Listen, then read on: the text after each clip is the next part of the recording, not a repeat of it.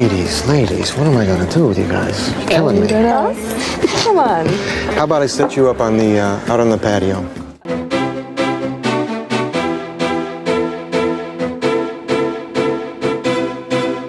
Richard Gere est un acteur et producteur de films talentueux d'Hollywood, bouddhiste et activiste social. Il est souvent considéré comme chanceux et chouchou de la fortune, mais si l'on y regarde de plus près, on découvre une personnalité d'envergure, un altruiste et un homme qui a cheminé pendant des années vers son propre épanouissement. Nous avons préparé cette vidéo pour vous permettre de le découvrir de plus près.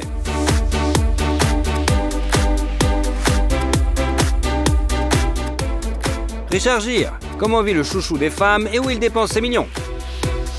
Richard Tiffany Gere est né le 31 août 1949 dans une grande famille américaine composée de Doris Ann, femme au foyer, et de Homer George, agent d'assurance. En plus de Richard, qui est né le deuxième, Gere a été élevé avec 5 enfants. Les parents, instruits mais simples, ont réussi à donner à leur enfant une enfance heureuse dans le nord-est de l'État de New York. L'éducation a essayé de donner une harmonie. Il y avait de la place et de la communication avec la nature, parce que la famille vivait dans une petite ville rurale où il y avait de la créativité et des sports. Le futur acteur fait de son mieux pour apprendre à jouer de la guitare, brille dans le club de théâtre de l'école et pratique la gymnastique. Après avoir reçu une bourse sportive après l'école, il entre à l'université de Massachusetts pour étudier la philosophie et la mise en scène. À l'époque, il rêvait de devenir un musicien professionnel et se voyait comme un trompettisme de renommée mondiale. Ses rêves fous l'ont finalement empêché d'obtenir son diplôme. Il est d'abord parti à la recherche d'une opportunité de se réaliser en tant que musicien, puis s'est intéressé au théâtre et a abandonné ses études. S'installant finalement à New York, Richard Gere essaie aux éditions de théâtre et un jour, il a de la chance. En 1975, après une série de personnages mineurs, il obtient le rôle principal dans la pièce Killer Head. Sur scène, il a tout le temps les yeux bandés, jouant un meurtrier condamné à mort. Ce qui fait le jeu du jeune acteur. À l'époque, il était extrêmement enfermé et souvent chuchoté, ce qui nuisait à son talent. Dans ce cas, la salle n'a entendu que sa voix, qui a littéralement hypnotisé le public. Le jeu du jeune acteur était si talentueux qu'il a été remarqué par des producteurs. D'abord, Gere est apparu dans des films tels que Rapport à l'enquêteur, À la recherche de Monsieur Goodbar, Jour de moisson, Frères de sang et Yankee. Puis, la chance lui a souri. Du rôle principal dans le film American Gigolo, a refusé Hollywood, John Travolta, et le travail est allé à Gere avec une rémunération de 35 000 $. Grâce à ce rôle, il devient instantanément le favori d'une armée de fans féminines. Un rôle non moins important dans ce rôle a joué le fait que l'acteur a dû tourner dans certaines scènes totalement nu. Pour lui, c'est fixé l'image de la coqueluche et le rôle du héros amant, qui avec le temps a commencé à le traîner. 2 ans plus tard, Richard se voit offrir le rôle principal et encore une fois, ironiquement, celui que Travolta avait refusé. Le film L'officier et le gentleman a connu un grand succès, remportant 2 Oscars et a également été reconnu comme l'un des plus grands films romantiques de l'histoire, selon l'American Film Institute. Should have warned you scuzzy female types so about the putrid dudes. Those are the ones that say they're wearing a rubber, but there's really a little hole bitten in the bottom of it. La filmographie de Richard s'étoffe ensuite avec The Honorary Consul and Restless. Et en 1984, il joue dans le film de gangsters The Content Club, réalisé par Francis Ford Coppola quand même, dans lequel l'acteur se souvient de sa jeunesse et joue plusieurs rôles à la trompette.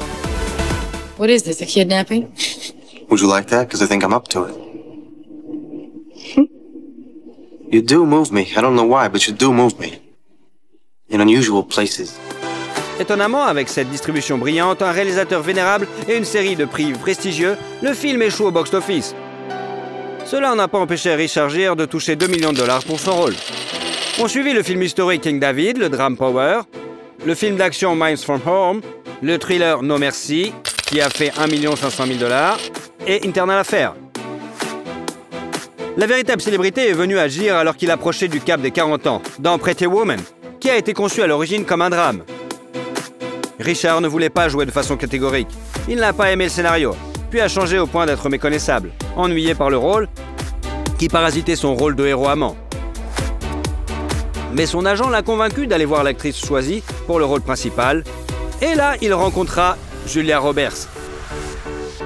Did you really say $100 an hour? Yeah. Well, if you don't have any prior engagements, I'd be very pleased if you would accompany me into the hotel. Avec un investissement de 14 millions de dollars dans la production, les recettes mondiales se sont élevées à 463 millions de dollars. Peut-être la raison de la chimie qui s'est créée sur le plateau entre les interprètes des rôles principaux est-elle due au fait que pour obtenir une fin heureuse, les scénaristes ont dû réécrire l'image finale. Au final, ça a été une fin complètement différente, qui a fini sur une fin heureuse et amoureuse. Dans l'histoire originale, l'homme riche poussait la fille hors de la voiture en lui jetant de l'argent. C'est là que le film était censé se terminer. Gere lui-même n'aime pas Pretty Woman pour de nombreuses raisons, et l'a souligné dans des interviews.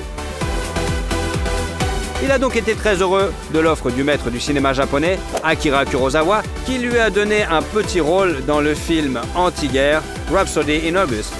Sur le plateau, Richard Gere a dû parler en japonais qu'il ne connaissait pas. Les répliques ont été apprises par cœur. Le maestro était très inquiet de ne pas pouvoir payer le travail d'une star hollywoodienne, mais Gere lui a assuré qu'il jouerait gratuitement. Finalement, le réalisateur lui a versé une somme symbolique et a également payé le billet d'avion de Gere et proposé d'acheter un billet pour ses amis, s'ils veulent se rendre au Japon. Son amie, par exemple, était Cindy Crawford, qui était déjà sa femme depuis un an. L'un des plus beaux couples de l'époque s'est formé en 1988 et en 1991, le mariage officiel a eu lieu à Las Vegas. La cérémonie était plutôt discrète, il n'y avait que 4 témoins et les bagues que les jeunes mariés ont échangées. Ils les ont fait fabriquer eux-mêmes avec du papier d'aluminium provoquant de bonbons à mâcher. Beaucoup de gens pensent que le mariage à Vegas est un mauvais signe et peut-être qu'il y a eu du vrai là-dedans, car en 1995, le couple a divorcé. Gere et Crawford ont choisi de ne pas faire de cet événement une tragédie ou un spectacle. Tout s'est terminé rapidement et calmement, puis chacun a suivi sa propre voie. Le voyage de Gere à cette époque l'a conduit au Tibet. Il a rencontré le Dalai Lama et a failli devenir moine. Mais l'acteur avait une vie et une énergie qui ne cadrait pas avec ce genre de vie. Dès lors, il sympathise avec le Tibet et éprouve de l'empathie pour lui. Richard a commencé à parler avec passion de la situation critique de la région partout où il pouvait. Lors d'un rassemblement politique, il se déchaîne complètement en promettant de combattre les Chinois, seuls si le Tibet n'était pas protégé. Le discours provoque un murmure dans la salle et seule une femme trouve la force de réduire ce pathos à une blague. Il s'agit de l'actrice américaine Carey Lowell, la célèbre Bond girl du film License to Kill. Très vite, Lowell devient la seconde épouse de Gere. En 2000, le couple a eu un fils qu'ils ont nommé d'après le nom de ses grands-pères, Homer. Pendant ce temps, la carrière cinématographique de Richard Gere se développe. Il apparaît dans des films tels que Final Analysis, And the Bond Play On, Mr. Jones, First Night, Red Corner, Primal Fear. Et dans le film détective Somersby et le drame Intersection, où il a reçu 5 à 7 millions de dollars pour ses rôles dans le mélodrame. Et dans le film d'action The Jackal avec Bruce Willis. Cependant, le travail de couple n'a pas si bien fonctionné qu'ils ont juré de ne plus jamais tourner ensemble. Give over, Preston. Who are you really looking for? A pro. Calls himself the Jackal. Oh, that fella. The mystery man. À propos, Gere aurait pu jouer un rôle majeur dans The Hard, qu'il a refusé pour une raison qu'on ne connaît pas. Après cela, ils ont voulu faire un nouveau film avec Richard Gere et Julia Roberts, qui s'appela Runaway Bride. Le film est un succès, rapportant 300 millions de dollars au box-office et rapportant 13 millions à Gere. Immédiatement après ce film, l'acteur a fait preuve d'un talent dramatique dans le rôle d'un homme riche qui se retrouve impuissant devant la maladie et la mort de sa bien-aimée. C'est le film Automne à New York, avec l'incomparable Winona Ryder dans le rôle de sa compagne. You've got the hiccups. Are you kidding? I would go with you in a heartbeat. You're fabulous. Yeah? But, uh-oh. Oh dear. It must be me. Puis vint le thriller déprimant The Mothman Prophecies et le drame Unfaithful, qui ressemblent au rapporté à la banque 30 millions de dollars à l'acteur. Une autre œuvre de Gere a été le mélodrame du début des années Dr. T and the Woman sur le médecin gynécologue. Pour mieux se préparer au rôle, Richard a saisi l'occasion et lorsque sa femme a donné naissance à son fils, il a étudié le travail de la maternité. En 2002, le nom de Richard Gere a de nouveau tonné dans le monde entier. Et la raison en est la sortie du film musical Chicago. I like being an awfully good sport. Good, you got that out of your system. Now listen, you mean just one thing to me. You call me when you got $5,000. Ce somptueux chef-d'œuvre policier musical a séduit non seulement le public, mais aussi les experts, qui lui ont attribué 13 nominations aux Oscars quand même. Le BAFTA, Golden Globe et Grammy, qui ont littéralement couvert de récompenses les créateurs et les participants du film. Gere a remporté un Golden Globe du meilleur acteur dans une comédie ou une comédie musicale. À propos, le rôle d'un avocat artistique aurait pu revenir à l'acteur Hugh Jackman, qui l'a refusé, ce qu'il a regretté par la suite. Fait intéressant, l'adaptation de Chicago était censée se dérouler dans les années 70 avec Frank Sinatra, Liza Minnelli et Goldie Hawn dans les rôles principaux. En 2004 sort le remake de la comédie romantique japonaise Shall We Dance, où l'acteur fait vibrer la piste de danse avec Jennifer Lopez et Suzanne Sarandon, avec lesquels il a une relation amoureuse au début des années 80.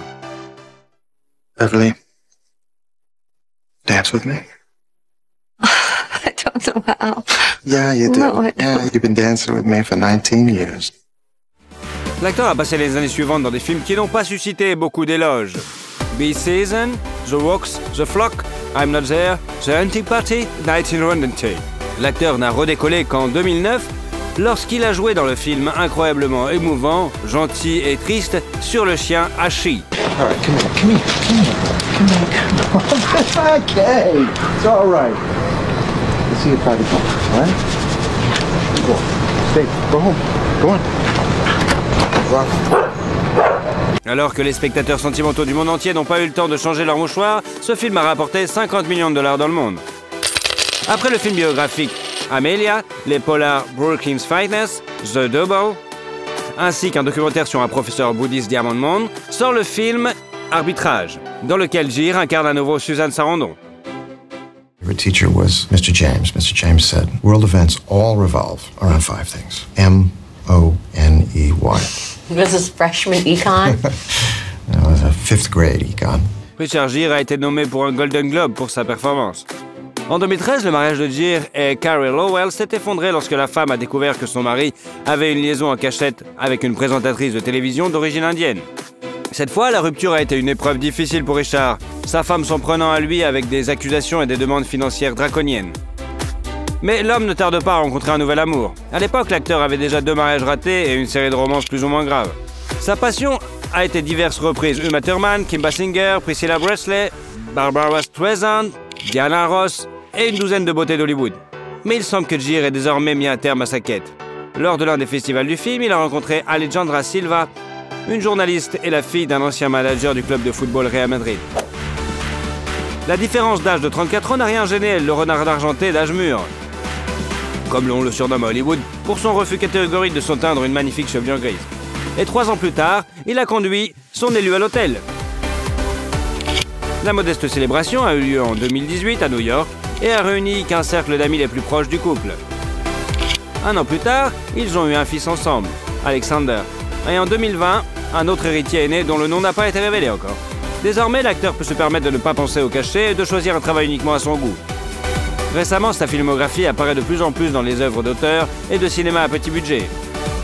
Il s'agit notamment du film d'anthologie Movie 43, des drames The Out of Mind, The Benefactor, Mormon, The Moderator Rise and Tragic Fall of New York Phaser et Thrill Christ, The Second Best Exotic Marigold Daughter, The Diner and Mother Ferguson. En janvier 2023, une comédie avec l'acteur Maybe I Do est sortie. La fortune de Richard Gere est estimée à 120 millions de dollars, ce qui en fait l'un des acteurs les plus riches. Il y a des contrats publicitaires avec la marque de voiture italienne Lancia, le système de paiement Visa, la marque de boissons gazeuses Orangina et bien d'autres. Il a investi dans un petit hôtel de luxe, le Bedford Post Inn, qui est situé dans la banlieue de New York. L'hôtel propose à ses clients des séances de méditation, de yoga et de délicieux plats préparés à partir de produits biologiques provenant de sa propre ferme. Gere lui-même et sa famille vivent dans le spacieux manoir situé à 1 heure de route de Manhattan. Il a dépensé 10 millions de dollars pour rénover en 2020. La surface habitable totale est de 800 mètres carrés avec 7 chambres confortables, des salons et une cave à vin, bien sûr. Le couple a également opté pour l'achat d'une parcelle vacante avec une piscine dans la cour voisine pour étendre son terrain à 14 hectares. Les experts estiment la valeur de l'opération à environ 700 000 €. Richard a été propriétaire d'une autre résidence à Palm Bridge pendant près de 35 ans, jusqu'en 2022. Après l'avoir achetée pour 1,5 million de dollars, la maison a été vendue pour 24 millions de dollars. La charmante et spacieuse villa de style colonial fait plus de 1000 m² avec une piscine et un accès à l'étang. Cette transaction n'est pas la seule que Gere a réalisée à profit. Par exemple, il a vendu sa maison de luxe dans le sud d'Hampton pour 36 millions de dollars. alors qu'il lui avait lui-même acheté en 2006 pour seulement 6,5 millions de dollars. Richard Gere possède également des biens immobiliers urbains. Depuis 2016, il possède un appartement dans le quartier de Gramercy Park à New York pour un peu plus de 2 millions de dollars. L'appartement se compose de 2 chambres et d'un salon que l'acteur a rénové et meublé à sa guise. On sait que son ami l'acteur et présentateur de télévision Jimmy Fallon l'a persuadé de faire cet achat. Avant 2011, Gere avait un autre appartement qu'il possédait pendant plus de 20 ans et vendu pour 2,6 millions de dollars. Maintenant, l'appartement spacieux et lumineux peut être loué à n'importe qui pour 20 000 dollars par mois. Richard Gere est un bouddhiste convaincu et un croyant de toujours. C'est un combattant acharné de la justice et un participant du rétablissement de la paix. Outre son combat pour la liberté du Tibet, qui lui a valu une interdiction à vie d'entrer en Chine, il a également travaillé sur les questions d'environnement, de santé et de droits de l'homme et a soutenu de nombreuses missions humanitaires internationales. L'actualité l'a également mis en colère. Il a même vendu l'une de ses voitures aux enchères pour en reverser le produit à des organisations caritatives aidant les victimes de la guerre en Ukraine. En 1999, le cabriolet Jaguar XK8 est passé sous le marteau pour 31 000 dollars. Cette belle voiture a une transmission automatique à 5 vitesses et un moteur de 4 litres de cylindrée. Au moment de la vente, le kilométrage était de 50 000 km. Normalement, l'acteur a été vu au volant d'une Audi RS6. À son âge, Richard Gere avait tout ce dont on pouvait rêver. 3 fils, une femme aimée et aimante, la gloire et la fortune. La théorie selon laquelle le bien revient toujours au bien semble être directement confirmée dans son parcours de vie. Sa devise, arrêtez de vous considérer comme quelque chose de secondaire, mangez de la bonne nourriture, marchez au soleil, sautez dans l'océan, partagez la précieuse vérité que vous avez sur le cœur. Soyez gentil, soyez bizarre, il n'y a pas de temps pour le reste. Êtes-vous d'accord avec cette déclaration du renard argenté? Thank you. Peter Dinklage. Comment vit Tyrion de Game of Thrones et combien gagne-t-il? Peter Hayden Dinklage est né le 11 juin 1969 à Morristown, dans le New Jersey, dans une famille ordinaire. Sa mère, Diane, travaillait comme professeur de musique dans une école primaire et son père, John Carl, comme agent d'assurance. Mais il était au chômage pendant de longs mois. Notre héros avait du sang allemand, irlandais et anglais dans les veines. Au moment de la naissance du Peter, la famille élevait déjà un fils, Jonathan. Dans sa petite enfance, le futur acteur a été diagnostiqué avec une mutation génétique rare, l'achondroplasie. Cette pathologie est un type de nanisme dans lequel la croissance des membres est ralentie. Alors que la tête et le torse se développent normalement, fait remarquable, seul Peter est atteint de cette maladie, le reste de sa famille étant en parfaite santé. À l'âge de 5 ans, le garçon a subi une opération pour redresser ses jambes. Mais les médecins n'ont pas pu en faire plus. À l'adolescence, Dinklage mesurait 135 cm et pesait 35 kg. Il fréquentait une école privée catholique pour garçons, Delbarton. En raison de son apparence, il était souvent humilié par ses camarades, si bien qu'il était coléreux et peu sociable. Dans une interview, Dinklage a admis qu'il était capable de faire face à la pression à la société grâce à sa famille, qui lui a appris à s'accepter. En grandissant, le garçon a commencé à faire de l'humour avec sa particularité, ce qui a renforcé sa confiance en lui. En 5e année, Peter a joué le rôle principal dans la production scolaire du Lapin de velours et a reçu une telle tempête d'applaudissements qu'il a décidé de devenir acteur à l'avenir. Après cela, il a participé à de nombreuses productions jusqu'à l'obtention de son diplôme. Pendant son temps libre, Dinklage a développé son talent en organisant avec son frère aîné des spectacles de marionnettes pour les voisins. D'ailleurs, Jonathan avait aussi de bons talents d'acteur. Mais l'amour de la musique l'a emporté, et il est devenu violoniste professionnel. Il est intéressant de noter que le manager de Bruce Springsteen vivait à côté de Dinklage. Le célèbre musicien est répété souvent, et selon la famille de Peter, c'était brillant et il n'est pas du tout ça. En 1987, notre héros obtient son diplôme de fin d'études secondaires, après quoi il s'inscrit au Bennington Theatre College dans le Vermont, où il choisit de se spécialiser dans l'écriture de pièces de théâtre. Là, il s'est révélé être un étudiant talentueux et travailleur, ainsi qu'un excellent camarade. Peter passait son temps libre comme n'importe quel autre étudiant normal dans des sociétés bruyantes avec de la boisson et de la musique. Il a même joué dans son propre groupe punk, Wheezy, où il jouait de la trompette et était l'un des chanteurs principaux. En souvenir de sa jeunesse insouciante, Dinklage a une cicatrice visible le long de son visage. qu'il a reçu lors d'un concert en sautant sur scène. En 1991, le jeune homme a obtenu son diplôme universitaire, après quoi il est parti à New York avec son meilleur ami, Lon Bell, pour y ouvrir une compagnie de théâtre. Les garçons ont peu d'argent. Ils louent donc un appartement bon marché à Brooklyn, sans chauffage et avec une horde de rats. Pendant longtemps, Peter n'a pas pu trouver de travail. Les corps de théâtre ne le prenaient pas. Et au cinéma, on ne lui proposait de jouer que des lutins ou des gnomes, dont il refusait les rôles par principe, car il ridiculisait surtout les nains. Après de nombreuses auditions infructueuses, Dinklage a pris un emploi dans une société de traitement de données. Mais l'argent qu'il gagnait suffisait à peine à payer le loyer. Peter a admis qu'à l'époque, il ne pouvait souvent se permettre qu'un paquet de chips par jour. Les deux jeunes gens ont fini par être expulsés pour non-paiement du loyer. Après quoi, notre protagoniste a été contraint d'errer parmi ses connaissances à la recherche d'un endroit où loger. Bientôt, la chance sourit à Dinklage et il obtient un rôle dans un film indépendant. En 1995, l'acteur en herbe a fait ses débuts à l'écran dans la comédie dramatique Living in Oblivion, où son partenaire sur le plateau était Steve Buscemi, qui est devenu son meilleur ami. Do you know anyone who's had a dream with a dwarf in it? No! I don't even have dreams with dwarves in them. The only place I've seen dwarves in dreams is in stupid movies like this. Dans le film, Peter a essentiellement joué son propre rôle, celui d'un acteur qui, en raison de son nanisme, ne se voit offrir que des rôles stéréotypés. Cependant, bien que le jeu de Peter Dinklage ait été très bien accueilli par la critique, il n'a pas pu trouver d'agent. En 1996, Peter joue dans le film d'action Bullet de Mickey Rourke, mais n'est même pas inscrit au générique.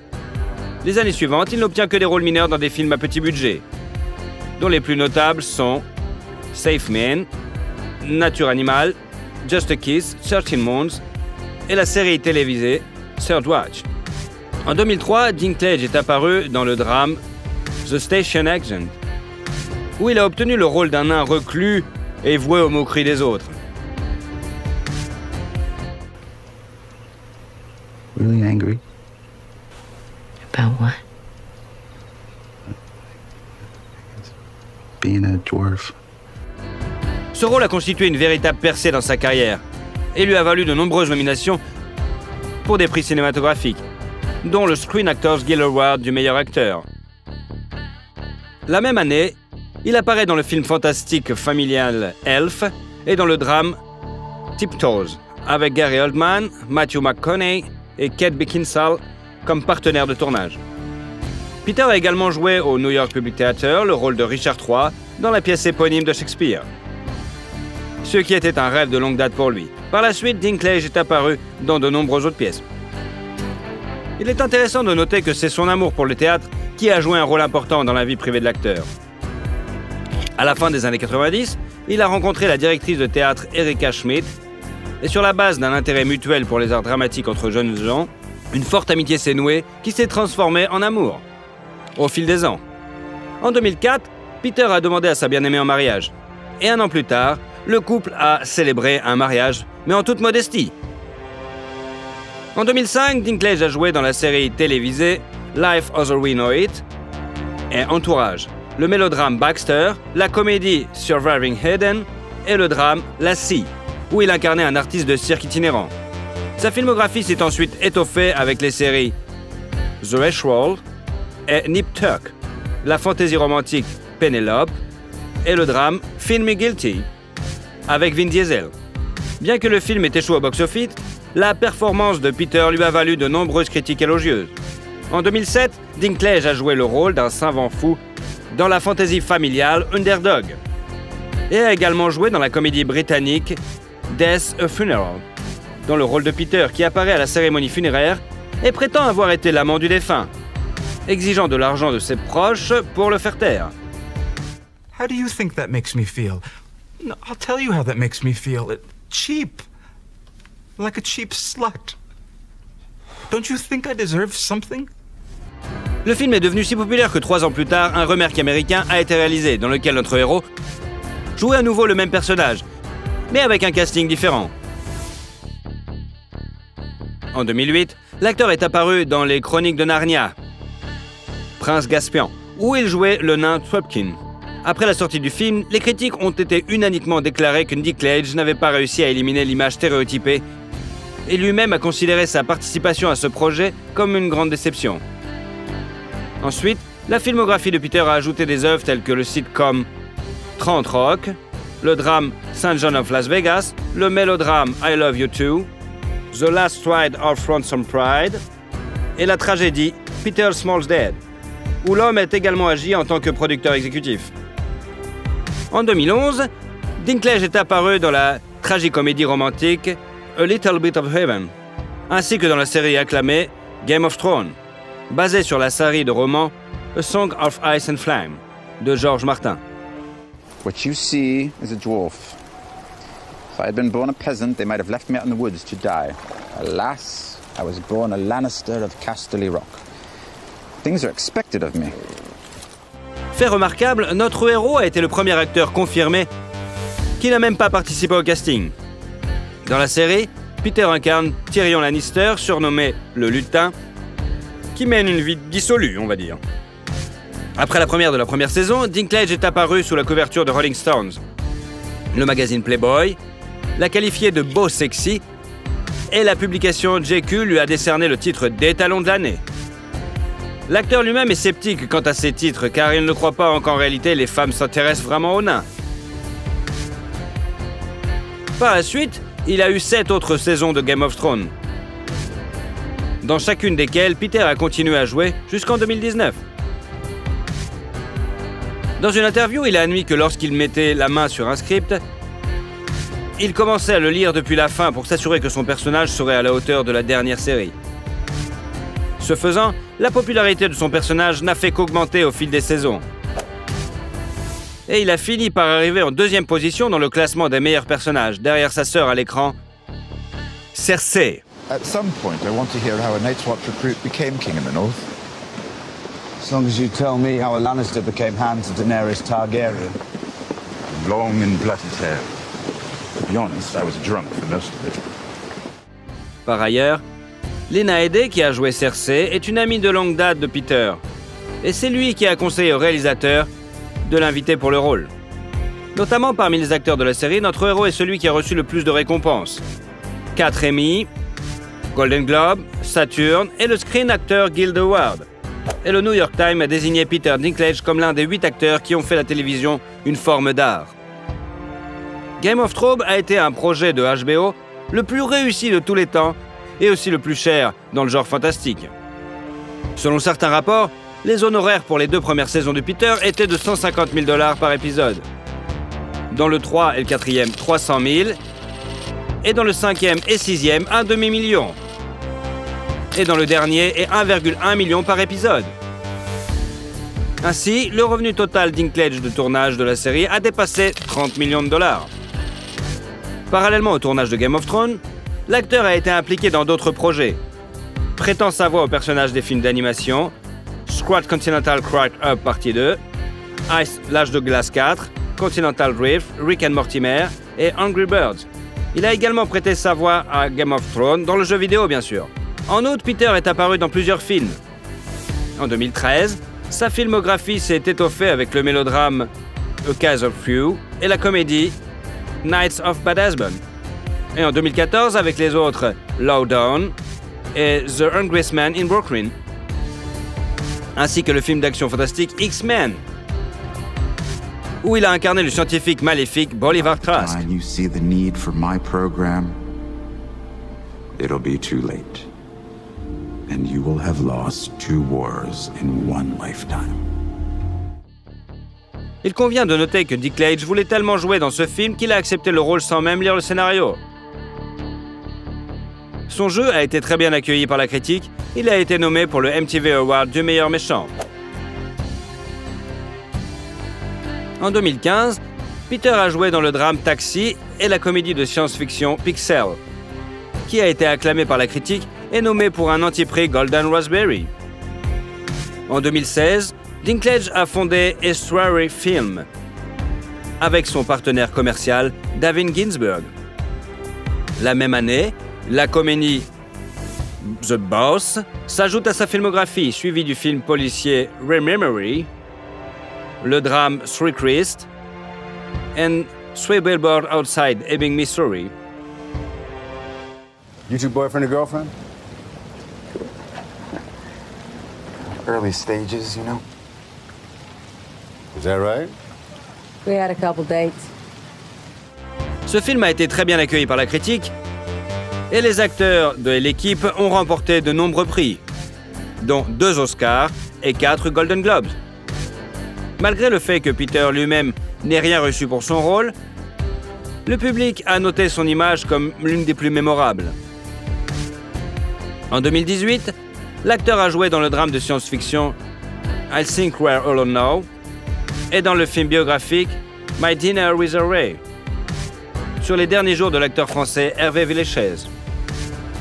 Being famous is like being drunk, except the whole world is drunk with you.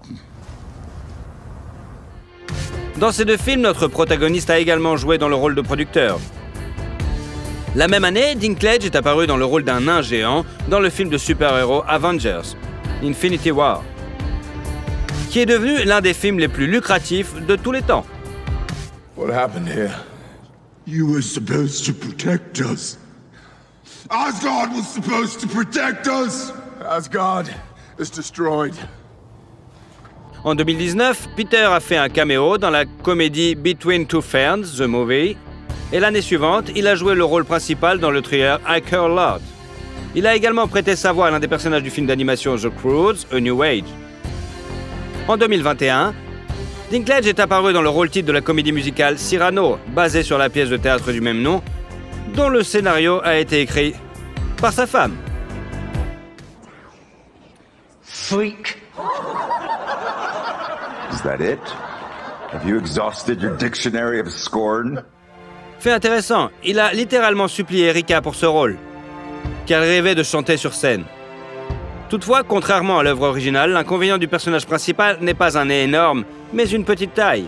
Peter a été nominé pour un Golden Globe pour sa brillante performance dans cette comédie musicale.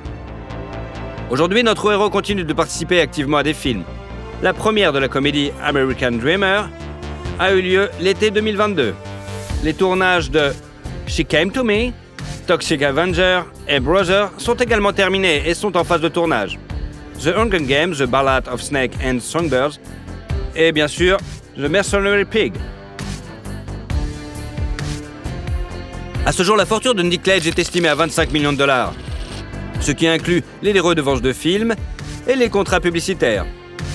En 2017, Peter a joué dans une publicité pour la marque de bière Estrella Damm et en 2018, il a rappé dans une publicité pour les chips Doritos et le soda Mountain Dew Ice aux côtés de Morgan Freeman. L'acteur a également fait la promotion de la technologie de mise en réseau intuitive de Cisco. Il est amusant que Dinklage, devenu célèbre, ait signé un contrat aussi sérieux, car au début de sa carrière, on ne lui a proposé que des rôles de lutin dans des publicités de Noël, qu'il refusait à chaque fois, bien sûr. La célébrité cache soigneusement sa vie privée au public. Peter ne fait pas de médias sociaux et se met très en colère lorsque les paparazzis suivent sa famille. On sait qu'en décembre 2011, sa femme a donné naissance à une fille, dont ils n'ont même pas divulgué le nom.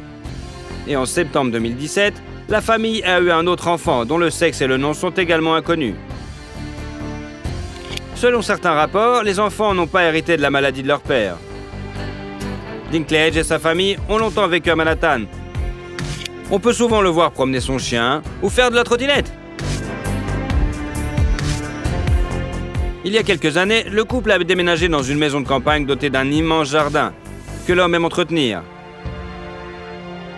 Mais tout cela reste hors caméra et à l'abri des regards indiscrets des fans.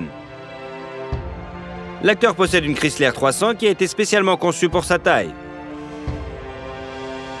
Il coud également ses propres vêtements sur commande ou les achète dans des magasins pour enfants, ce qui est compréhensible. Depuis l'âge de 16 ans, Dinklage est végétarien.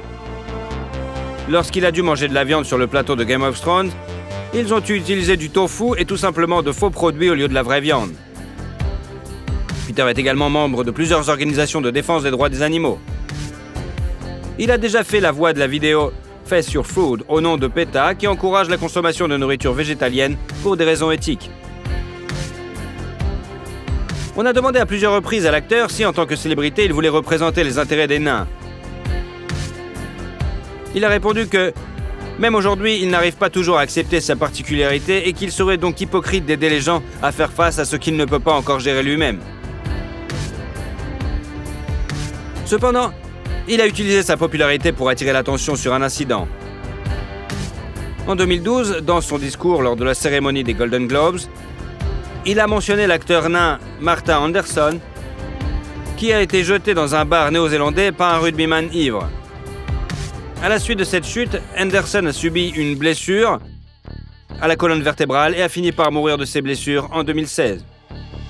Notre héros est devenu internationalement célèbre après la sortie de Game of Thrones. Mais sa filmographie est pleine d'autres œuvres notables. Et vous, quel est votre film préféré de Peter Dinklage ? Si vous aimez la vidéo, vous pourrez nous suivre et ne louperez jamais aucune vidéo. Alors, allez-y!